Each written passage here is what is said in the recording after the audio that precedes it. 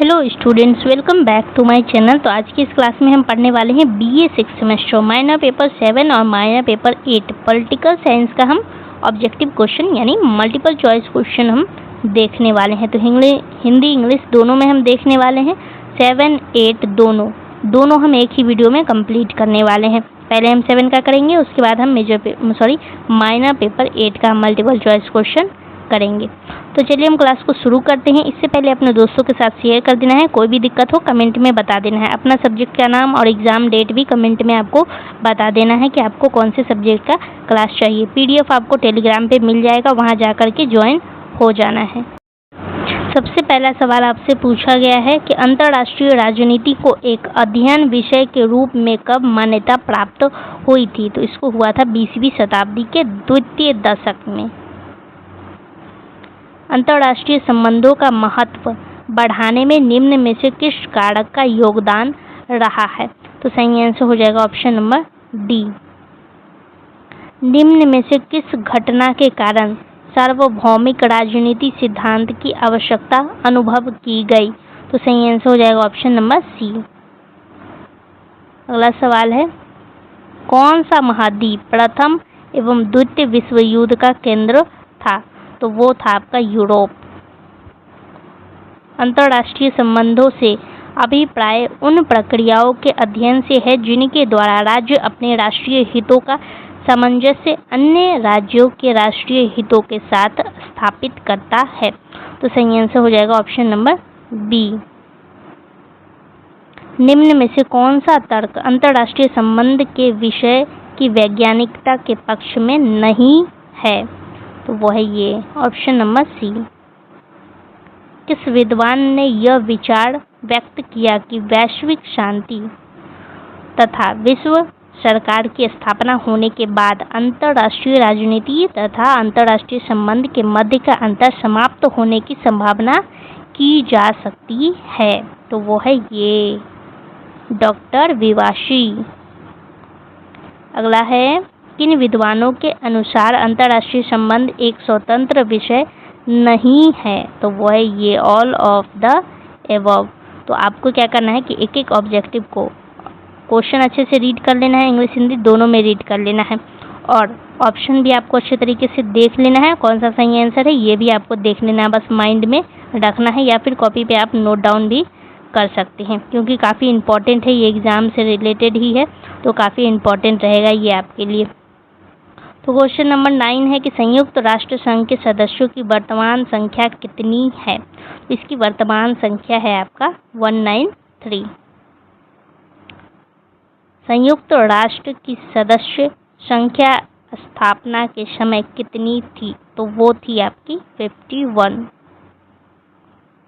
अगला चैप्टर है, chapter number 2 से क्वेश्चन पूछा गया है कि अंतर्राष्ट्रीय संबंधों से अभिप्राय उन प्रणालियों के अध्ययन से है जिनके द्वारा विभिन्न राष्ट्रीय हितों का सामंजस्य अन्य राष्ट्रों के हित के साथ बिठाया जाता है। तो इसका सही आंसर हो जाएगा ऑप्शन नंबर सी। अगला सवाल पूछा गया है, वेल्स विश्वविद्यालय में किस वर्ष अंतर्राष्ट्रीय राजनीति विभाग की स्थापना की गई थी? तो क्वेश्चन नंबर 1 का आंसर हो जाएगा। क्वेश्चन नंबर 2 का ए 1919। अंतर्राष्ट्रीय संबंधों को गहराई से समझने की आवश्यकता कब अनुभव की गई? तो इसको अनुभव किया गया था द्वितीय विश्व युद्ध से पूर्व, यानी फर्स्ट वर्ल्ड वॉर के बाद और द्वितीय विश्व युद्ध से पहले। अगला सवाल है कि किस विद्वान ने अंतर्राष्ट्रीय संबंधों के व्यवस्थित विश्लेषण हेतु 4 चरणों में विभक्त करके इसका अध्ययन किया? तो वो हो जाएगा ऑप्शन नंबर ए। अगला सवाल है कि आरंभिक काल में अंतर्राष्ट्रीय संबंध का विषय क्या था? तो इसका विषय था ये ऑप्शन नंबर सी। अंतर्राष्ट्रीय संबंधों के विकास का कौन सा चरण कानूनी एवं संस्थात्मक नाम से जाना जाता है? तो सही आंसर हो जाएगा ऑप्शन नंबर बी। अंतर्राष्ट्रीय संबंधों के अध्ययन के प्रथम चरण में निम्नलिखित में से किस शैली को अपनाया गया है? तो इसको अपनाया गया है नैरेटिव को। अगला सवाल है कि अंतर्राष्ट्रीय संबंधों के विकास की प्रक्रिया के किस चरण में आदर्शवाद की ओर झुकाव देखने को मिलता है? तो झुकाव देखने को मिलता है 3rd स्टेज में। अगला सवाल है कि अंतर्राष्ट्रीय संबंधों के विकास में 4th चरण की निम्न में से कौन सी विशेषता नहीं है? तो यहाँ पे बात किया जा रहा है 4th स्टेज की। तो 4th स्टेज की कौन सी विशेषता इसमें नहीं है? सही आंसर हो जाएगा ऑप्शन नंबर ए। पॉलिटिक्स अमंग नेशन पुस्तक के लेखक कौन है? तो ये पुस्तक का नाम है, इसके लेखक कौन है? तो इसके लेखक है ये ऑप्शन नंबर ए। अब अगला चैप्टर है, अगला चैप्टर से क्वेश्चन पूछा गया है, अंतर्राष्ट्रीय राजनीति के क्षेत्र में दृष्टिकोण संबंधी भिन्नता के लिए निम्न में से क्या उत्तरदायी है? सही आंसर हो जाएगा ऑप्शन नंबर डी।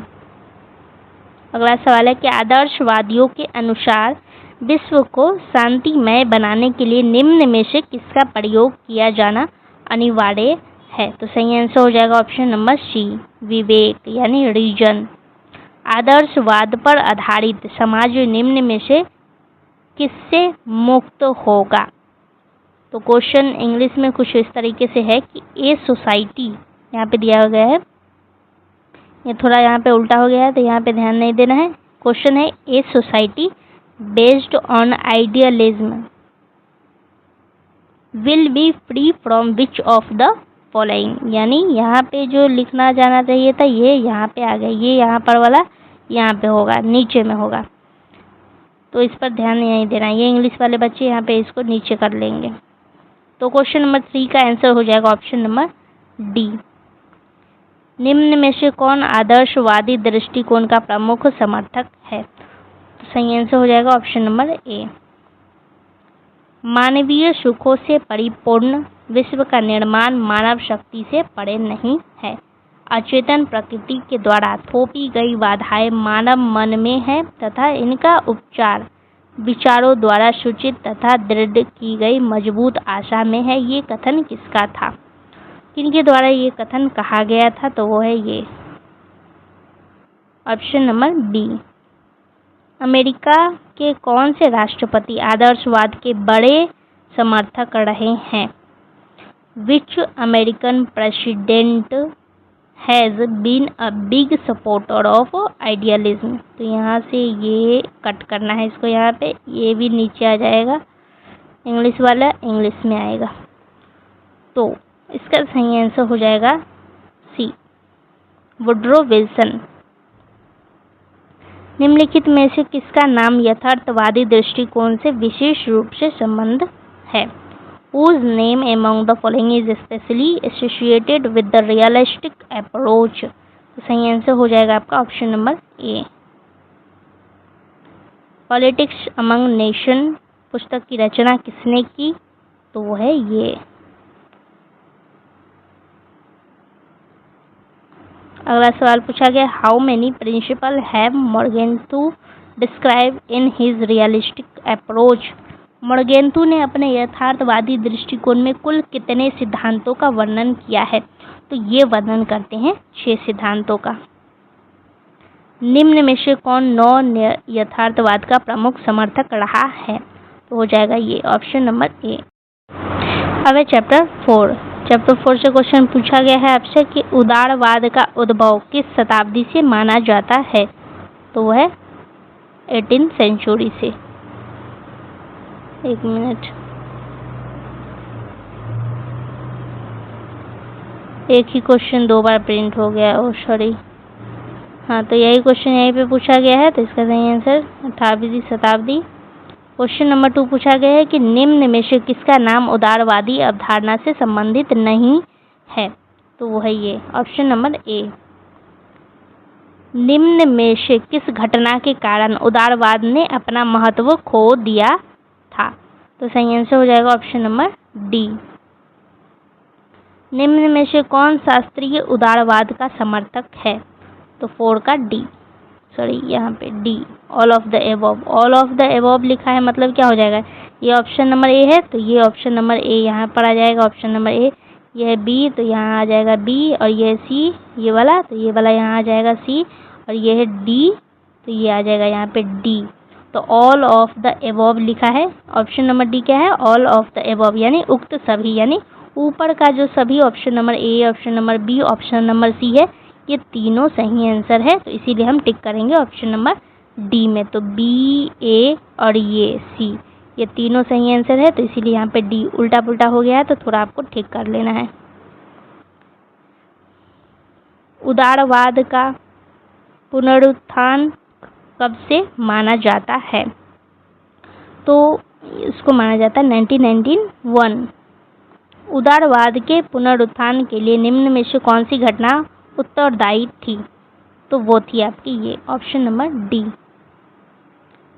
पुनरुत्थान के बाद उदारवाद को किस नाम से जाना गया? Option number D. 9 उदारवादी सिद्धांत में निम्न में से कौन सा तत्व शामिल नहीं है? तो वो है ऑप्शन नंबर बी। 9 उदारवादियों का निम्न में से किससे विश्वास नहीं है? तो वो हो जाएगा ऑप्शन नंबर बी। कोई भी क्वेश्चन या ऑप्शन में मिस्टेक हो तो प्लीज़ कमेंट में ज़रूर बता दीजिएगा आप सभी, ताकि हम उसको सुधार करेंगे। पहला सवाल पूछा गया है कि कार्ल मार्क्स किस देश का निवासी था? ये चैप्टर 5 है। तो वो थे निवासी जर्मनी के। समाजवाद एक ऐसे टोप के समान है जिसको प्रत्येक व्यक्ति पहनता है। यह कथन किस विद्वान का है? तो यह है इनका ऑप्शन नंबर सी। किस विद्वान के अनुसार समाजवाद का अर्थ है व्यक्तिगत हितों को समाज के हितों के अधीन कर देना? तो सही आंसर ऑप्शन नंबर बी। निम्न में से कौन सा समाजवाद का एक रूप नहीं है? तो वो हो जाएगा आपका ऑप्शन नंबर ए। निम्न में से कौन सी रचना मार्क्स द्वारा रचित है? तो सही आंसर हो जाएगा ऑप्शन नंबर डी। अगला सवाल कि मार्क्स का द्वैधात्मक भौतिकवाद निम्न में से किसके विचारों से प्रभावित था? तो सही आंसर है ऑप्शन नंबर बी। वर्ग संघर्ष के सिद्धांत के अनुसार, यानी वर्ग संघर्ष के सिद्धांत के अनुसार, according to the theory of class struggle, सही आंसर हो जाएगा ऑप्शन नंबर डी। किस विद्वान ने धर्म को जनता की अफीम कह करके पुकारा? तो सही आंसर हो जाएगा ऑप्शन नंबर ए। मार्क्स के राज्य संबंधी विचारों में निम्न में से कौन सा कथन सही नहीं है? तो ऑप्शन नंबर सी। अगला सवाल चैप्टर 6 संयुक्त राष्ट्र चार्टर के किस उपबंध में महिलाओं को पुरुष के समान अधिकार प्रदान किए गए हैं? तो वो है आपका option number D, all of the above. Article 1, article 13 और प्रीएम्बल ऑफ द चार्टर, इस सब में दिया गया है। तो ऑप्शन नंबर डी। मानव अधिकारों की सार्वभौमिक घोषणा किस वर्ष की गई? तो वो किया गया था 1948 में। मानव अधिकारों की सार्वभौमिक घोषणा में प्रस्तावना सहित कुल कितने अनुच्छेद हैं? तो कुल अनुच्छेद है 30। मानव अधिकार दिवस किस दिन मनाया जाता है? मतलब ह्यूमन राइट डे कब मनाया जाता है? तो ये मनाया जाता है 10 दिसंबर को। 1946 में संयुक्त राष्ट्र संघ के किस अंग के द्वारा महिलाओं पर परिस्थिति आयोग की स्थापना की गई? परिस्थिति आयोग की बात हो रही है यहाँ पे, तो इसका सही आंसर हो जाएगा सोशल एंड इकोनॉमिक काउंसिल। अगला सवाल है कि संयुक्त राष्ट्र महासभा के द्वारा किस वर्ष को अंतर्राष्ट्रीय महिला वर्ष घोषित किया गया था? तो इसको किया गया था 1975 में। अंतर्राष्ट्रीय महिला वर्ष को घोषणा किस उद्देश्य से की गई? तो इसको किया गया ऑप्शन नंबर डी। संयुक्त राष्ट्र संघ के तत्वाधान में महिलाओं पर कुल कितने विश्व स्तरीय सम्मेलन आयोजित किए गए हैं? तो वो किया गया है 4। प्रथम विश्व महिला सम्मेलन कहाँ आयोजित किया गया था? तो वो किया गया ऑप्शन नंबर ए, मैक्सिको में। चौथा विश्व महिला सम्मेलन किस वर्ष हुआ था? तो ये हुआ। अब चैप्टर 7। चैप्टर 7 से पूछा गया है द्वितीय विश्व युद्ध कब आरंभ हुआ? तो ये 1 सितंबर 1939। जर्मनी के लिए साड़ के प्रदेश का क्या महत्व था? तो सही आंसर हो जाएगा ऑप्शन नंबर डी। अगला सवाल, वर्साई की संधि के द्वारा साड़ के प्रदेश को जर्मनी से छीन करके किसे दिया गया? तो सही आंसर हो जाएगा ऑप्शन नंबर सी। तानाशाही एवं प्रजातांत्रिक विचारधाराओं के संघर्ष के संदर्भ में यह किसने कहा था कि दो प्रकार के संसारों के संघर्ष में समझौता का कोई स्थान नहीं है, या तो हम रहेंगे या फिर वे रहेंगे। तो ये किनके द्वारा कहा गया था? तो ये कहा गया था मुसोलिनी के द्वारा। राष्ट्रसंघ की असफलता का मूल कारण क्या था? तो मूल कारण था ये लैक ऑफ मिलिट्री पावर, उनके पास मिलिट्री नहीं था। तो युद्ध के दौरान किलों की कतार मेजोनो लाइन का निर्माण किस देश ने कराया था? तो सही आंसर हो जाएगा option number C, France. Maginot line की प्रतिक्रिया में किस देश ने सिगफ्रीड लाइन का निर्माण कराया था? तो सही आंसर हो जाएगा ऑप्शन नंबर बी, जर्मनी। दिसंबर 1941 में किस देश ने अमेरिका के पर्ल हार्बर पर आक्रमण किया था? तो पर्ल हार्बर पे आक्रमण करते हैं Japan. Who was tried and punished in नुरेमबर्ग के मुकदमा चला करके किसे दंडित किया गया?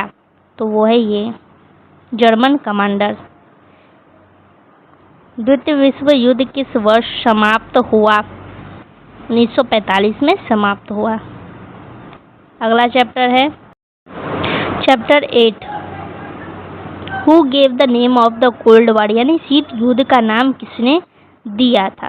तो ये देते हैं, ये आपको याद रखना इम्पोर्टेंट है, कोल्ड वॉर पे क्वेश्चन आता है। तो which of the following is not a characteristic of the cold war? तो इसका सही आंसर हो जाएगा ये डायरेक्ट वॉर, प्रत्यक्ष युद्ध। याल्टा समझौता किस वर्ष किया गया था? तो ये समझौता किया गया 1945 में। बोल्शेविक क्रांति के पश्चात अस्तित्व में आने के बाद सोवियत संघ को अमेरिका ने किस वर्ष मान्यता दी? तो ये दिया जाता है आपको 1933 में। किस अमेरिकी राष्ट्रपति के शासनकाल में अमेरिका व मोवियत नहीं होगा, यहाँ पे सोवियत होगा, सोवियत। क्वेश्चन नंबर 3 नहीं है, क्वेश्चन नंबर ये है आपका 5, सॉरी यहाँ पे मिस्टेक हो गया, क्वेश्चन नंबर 5 है। सोवियत संघ के संबंध कटु होते चले गए। तो यहाँ पे ऐसा कुछ है, यहाँ म नहीं, यहाँ पे सोवियत हो जाएगा। तो 5 का आंसर हो जाएगा आपका ऑप्शन नंबर डी। अब अगला सवाल है कि मार्शल योजना के तहत अमेरिका ने किस क्षेत्र के आर्थिक पुनर्निर्माण हेतु सहायता देने का प्रस्ताव किया? तो वो करते हैं यूरोप। अगला सवाल, अमेरिका द्वारा सैनिक संगठन नाटो की स्थापना किस वर्ष की गई थी? तो नेटो की स्थापना की गई थी आपका 1949 में। निम्न में से किस सैनिक गुट में अमेरिका शामिल नहीं था? तो अमेरिका शामिल इसमें नहीं होता है बगदाद पैक्ट में। निम्न में से कौन सा एशिया देश सोवियत संघ के सैनिक गुटों में सम्मिलित नहीं था? तो वो सम्मिलित नहीं था जापान में। किस देश के बाहर होने से बगदाद संधि का नाम बदल करके सेंटो हो गया था? तो बाहर कौन हो जाता है? इराक। अगला सवाल, अगला चैप्टर है। तो सवाल पूछा गया कि स्वतंत्र राज्यों का राष्ट्रकूल कब अस्तित्व में आया? तो आता है 1991 में। स्वतंत्र राज्यों के राष्ट्रकूल का निर्माण किसने किया? तो वह है ये ऑप्शन नंबर ए हो जाएगा। कौन सी सैनिक संधि साम्यवादी गुट की सुदृढ़ता का प्रतीक थी? तो वो थी ये ट्रीटी ऑफ वार्सो, वार्सो संधि। सोवियत संघ का विघटन कब हुआ? तो इसका विघटन होता है आपका 1991 में। सोवियत संघ के किस नेता को उसकी उदार नीतियों के कारण नोबेल पुरस्कार से सम्मानित किया गया था? तो सम्मानित किया गया था इनको, ऑप्शन नंबर बी। राष्ट्रकुल का निर्माण कितने गणराज्यों को मिलाकर के किया गया? तो मिलाकर के किया गया था 12 को। कुरोल टापुओं के स्वामित्व को लेकर के किन दो देशों के मध्य विवाद है? तो वो है ये रशिया और जापान के बीच। रूस ने क्रायोजेनिक इंजन का सौदा किस देश के साथ किया? तो ये करता है भारत के साथ। सोवियत गुट से सबसे पहले कौन सा देश पृथक हुआ? तो सबसे पहले होता है आपका ये ऑप्शन नंबर सी। सोवियत संघ के विघटन के बाद रूस का प्रथम निर्वाचित राष्ट्रपति कौन था? तो वो थे ये ऑप्शन नंबर सी। सोवियत संघ का अंतिम राष्ट्रपति कौन था? तो अंतिम राष्ट्रपति था ये ऑप्शन नंबर बी। जर्मनी का एकीकरण कब हुआ? तो जर्मनी का एकीकरण होता है 3 अक्टूबर 1990। अगला सवाल है कि 1991 में किस महाशक्ति का अंत होने के पश्चात अमेरिका एक पक्षीयता का युग आरंभ हुआ? तो वो है आपका ये सोवियत यूनियन। नाटो की स्थापना किस वर्ष की गई थी? तो अभी हम आपको तुरंत बताए हैं कब किया गया, 1949। किस देश ने कुवैत पर कब्जा कर लिया था? तो कुवैत पर कब्जा करता है इराक। अमेरिका ने 2003 में किस देश पर आक्रमण किया? तो ये करता है इराक पे। अमेरिकी वर्ल्ड ट्रेड सेंटर पर आतंकी हमला कब किया गया था? तो आतंकी हमला किया गया था 11 सितंबर 2001 को।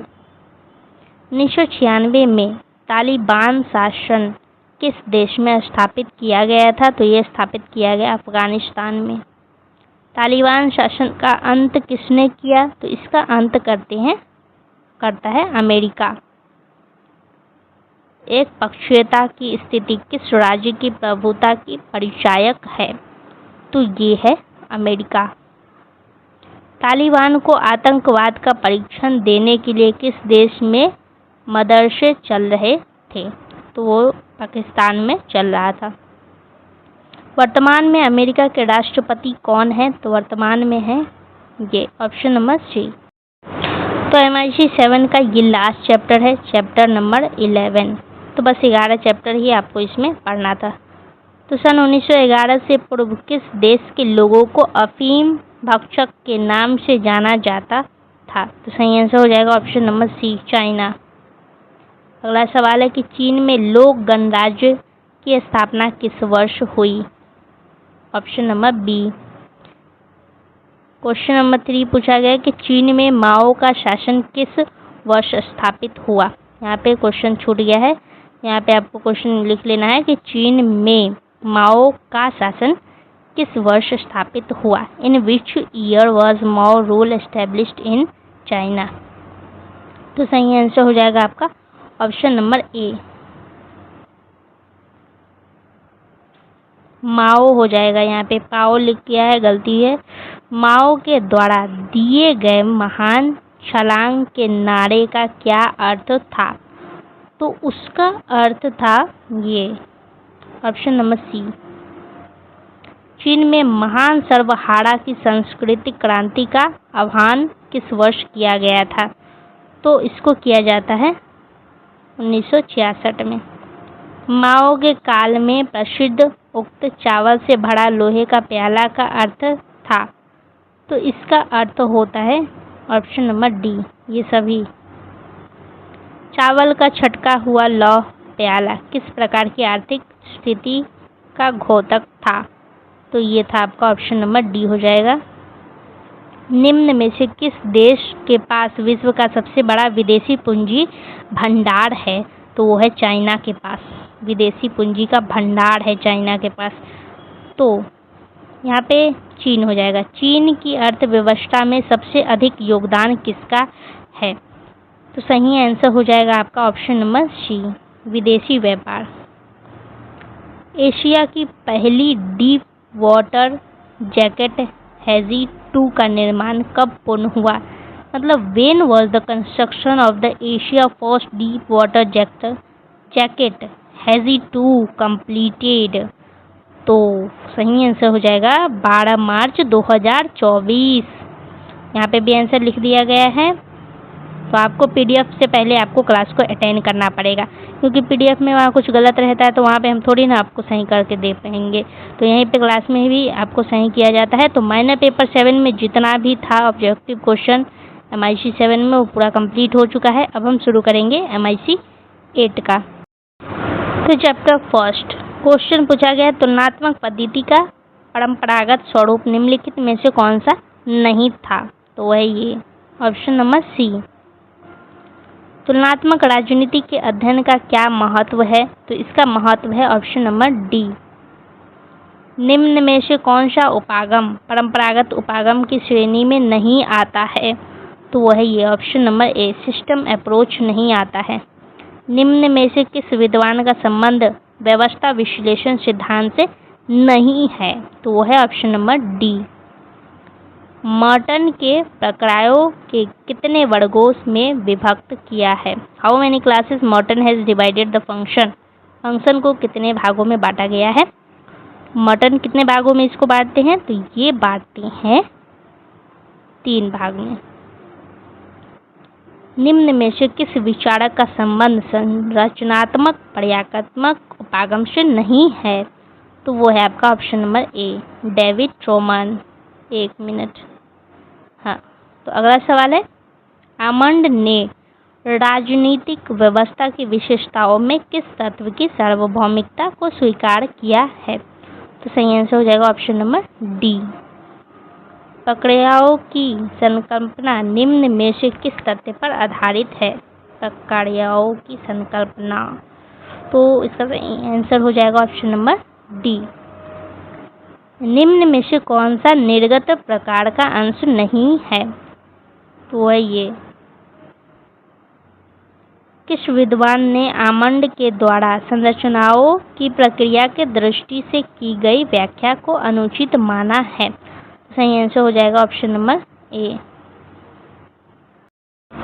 चैप्टर नंबर 2 से क्वेश्चन पूछा गया है, प्रादेशिक प्रतिनिधित्व के अंतर्गत चुनाव क्षेत्र बनने के लिए क्या आधार होता है? तो क्या आधार होता है? तो वो हो जाएगा ऑप्शन नंबर बी, जनसंख्या। व्यावसायिक प्रतिनिधित्व का सबसे बड़ा समर्थक कौन है? तो सही आंसर हो जाएगा ऑप्शन नंबर डी। महिला प्रतिनिधित्व का समर्थन किसने किया? तो सही आंसर हो जाएगा ऑप्शन नंबर सी। सूची प्रणाली किस देश में प्रचलित है? तो सूची प्रणाली है स्विट्जरलैंड में। एकल संक्रमणीय मत प्रणाली का निर्माता कौन है? तो सही आंसर हो जाएगा option number D. Question number 6 पूछा गया है, मताधिकार की सच्ची कसौटी शिक्षा है, ये कथन किस विद्वान का है? तो ये कथन दिया गया है आपका जॉन स्टुअर्ट मिल। अमेरिकी प्रतिनिधि सभा चुनाव में चुनाव क्षेत्र के आकार में मनमानी ढंग से परिवर्तन करने की कुरीति क्या कहलाती है? तो कुरीति कहलाती है ऑप्शन नंबर डी, जेरीमैंडरिंग। अमेरिकी राष्ट्रपति के निर्वाचक मंडल में कुल कितने सदस्य होते हैं? तो कुल होते हैं 538। भारत के राष्ट्रपति के चुनाव में निम्न में से कौन सी प्रतिनिधित्व प्रणाली अपनाई जाती है? तो वो अपनाया जाता है ये प्रोपोर्शनल रिप्रेजेंटेशन सिस्टम। अगला चैप्टर है, क्वेश्चन पूछा गया है कि किसने राज्य को गुण में साझेदारी कहा है? Who called the state as a partner in virtue. तो सही आंसर हो जाएगा ऑप्शन नंबर ए, अरिस्टो। अगला सवाल है कि कौन सा तत्व सुरक्षा की नई अवधारणा में सन्निहित नहीं किया जा सकता है। तो सही आंसर हो जाएगा option number B, internal disturbances. किसे परराष्ट्र का प्रतिमान कहा जा सकता है। तो वो है यूरोपियन यूनियन। बोथम के अनुसार राष्ट्र राज्य का कटाव किस देश में नहीं देखा जा सकता है। तो 4 का आंसर हो जाएगा सी, पॉलिटिकल सिस्टम। कौन सा सिद्धांत राज्य विहीन समाज की कल्पना नहीं करता है। तो वह है लिबरलिज्म। निम्न में से किन विचारकों के द्वारा राज्य को एक आवश्यक बुराई के रूप में स्वीकार किया गया है। तो वह है इंडिविजुअलिस्ट। किसी भी राज्य का सर्वाधिक अनिवार्य तत्व कौन सा है। तो वह है ऑप्शन नंबर डी। अंतर्राष्ट्रीय संबंधों में राष्ट्र राज्यों की भूमिका में कमी आने के लिए कौन सा कारण उत्तरदायी है। तो वह है ऑल ऑफ द एबव। यूरोपीय संघ के रूप में परराष्ट्र राज्य की स्थापना कब हुई, यानी ट्रांस नेशन स्टेट की स्थापना कब हुई। तो इसका हुआ था ये ऑप्शन नंबर सी। राष्ट्र राज्यों के अंतर्गत प्रमुख कर्ता रहे हैं। तो प्रमुख कर्ता है ये डिप्लोमेट। राष्ट्र राज्य व्यवस्था में सुदृढ़ता कब आई।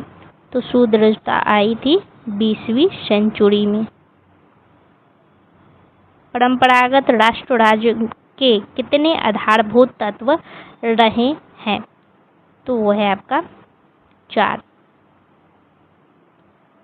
राष्ट्र राज्यों की प्रभुसत्ता से अभिप्राय। तो सही आंसर हो जाएगा आपका 13 का सी, इंटरनल एंड एक्सटर्नल सॉवरेनिटी। युद्धोत्तर काल में निम्न में से किस क्षेत्र में नए प्रभुसत्ता संपन्न राष्ट्र राज्यों का उदय हुआ है। तो इसका सही आंसर हो जाएगा ऑप्शन नंबर डी। निम्न में से किस विद्वान का यह विचार था कि परमाणु युग ने राष्ट्र राज्य की अवधारणा को निरर्थक कर दिया है। इसका सही आंसर हो जाएगा ऑप्शन नंबर ए। निम्न में से कौन सा अराजकता नहीं है, मतलब नॉन स्टेट एक्टर नहीं है। तो वह है आपका option number C, nation state. Chapter 4 से पूछा गया है किमने नहीं होगा यहाँ पे, किसने कहा कि लोकतंत्र ऐसा शासन है जिसमें हर कोई भागीदार होता है। तो किसने कहा था। तो वो कहते हैं ये जॉन सीली। किसे लोकतंत्र का पुश्तैनी गृह माना जाता है। तो लोकतंत्र का पुश्तैनी गृह माना जाता है स्विट्जरलैंड को। किसने अप्रत्यक्ष लोकतंत्र को प्रतिनिधित्व शासन कहा। तो सही आंसर हो जाएगा ऑप्शन नंबर सी, जे.एस. मिल। जे.एम. लिखा है, जे.एम. नहीं होगा यहाँ पे, जे.एस. होगा, जे.एस. मिल। किसने व्यंग्यात्मक शैली में लोकतंत्र को लोकप्रिय शासन कहा। तो वह ये सर हेनरी मैन। किसने सर्वसत्तावाद शब्द गढ़ा। तो सही आंसर हो जाएगा option number B, Benito Mussolini. उदार लोकतांत्रिक व्यवस्था के उदय व विकास में किस क्रांति का योगदान नहीं है। तो वो है ये रशियन सोशलिस्ट रेवोल्यूशन ऑफ 1917। कौन सी पुस्तक लोकतंत्र की कड़ी निंदा से भरी हुई है। तो ये हो जाएगा आपका option number C, democracy and liberty. किसने प्राचीन एथेंस में लोकतंत्र स्थापित किया। तो वो करता है ये ऑप्शन नंबर डी। अमेरिका के राज्यों में प्रत्यक्ष लोकतंत्र की कौन सी संस्था लागू है। तो वो हो जाएगा ऑप्शन नंबर सी। किसने कहा कि कुछ लोगों का सदैव मूर्ख बनाया जा सकता है। सब लोगों को कभी कभी मूर्ख बनाया जा सकता है, लेकिन सभी लोगों को सदैव मूर्ख नहीं बनाया जा सकता है। तो 10 नंबर का आंसर हो जाएगा अब्राहम लिंकन। तो क्वेश्चन कुछ इस तरीके से है कि किसने कहा कि कुछ लोगों को सदैव मूर्ख बनाया जा सकता है। सब लोगों को कभी कभी मूर्ख बनाया जा सकता है, लेकिन सभी लोगों को सदैव मूर्ख नहीं बनाया जा सकता है। तो क्वेश्चन बिल्कुल सही लिखा हुआ है। तो सही आंसर ऑप्शन नंबर ए। सैमुअल क्वेश्चन है, सैमुअल हंटिंगटन ने वैश्विक स्तर पर लोकतंत्रीकरण की प्रक्रिया की कितनी लहरों का उल्लेख किया है। हंटिंगटन। तो इसका सही आंसर हो जाएगा ऑप्शन नंबर डी 3। लोकतंत्रीकरण की प्रक्रिया है, डेमोक्राइजेशन की प्रक्रिया है, किस तरह की प्रक्रिया है, तो ये है आपका all of the long term है, कंटिन्यूअस है, कॉन्फ्लिक्चुअल है। सही आंसर हो जाएगा ऑप्शन नंबर डी। लोकतंत्र की प्रक्रिया को सुदृढ़ आधार प्रदान करने के लिए कौन सी परिस्थिति आवश्यक है, तो आवश्यक है आपका ये option number D. Capitalism socialism democracy पुस्तक के लेखक कौन है, तो ये पुस्तक का नाम है। क्वेश्चन नंबर 14 ये पुस्तक का नाम है, तो इसके लेखक कौन है ये आपको बताना है। तो इसके लेखक है ये ऑप्शन नंबर बी, ब लिखा हुआ है ना, ये यही होगा। निम्न में से किस दृष्टिकोण को एजेंसी दृष्टिकोण भी कहा जाता है, तो एजेंसी दृष्टिकोण इनको कहा जाता है, इसको चेंज अप्रोच को। उत्तर साम्यवादी देशों में लोकतंत्रीकरण की प्रक्रिया किस वर्ष आरंभ हुई। 1989 में।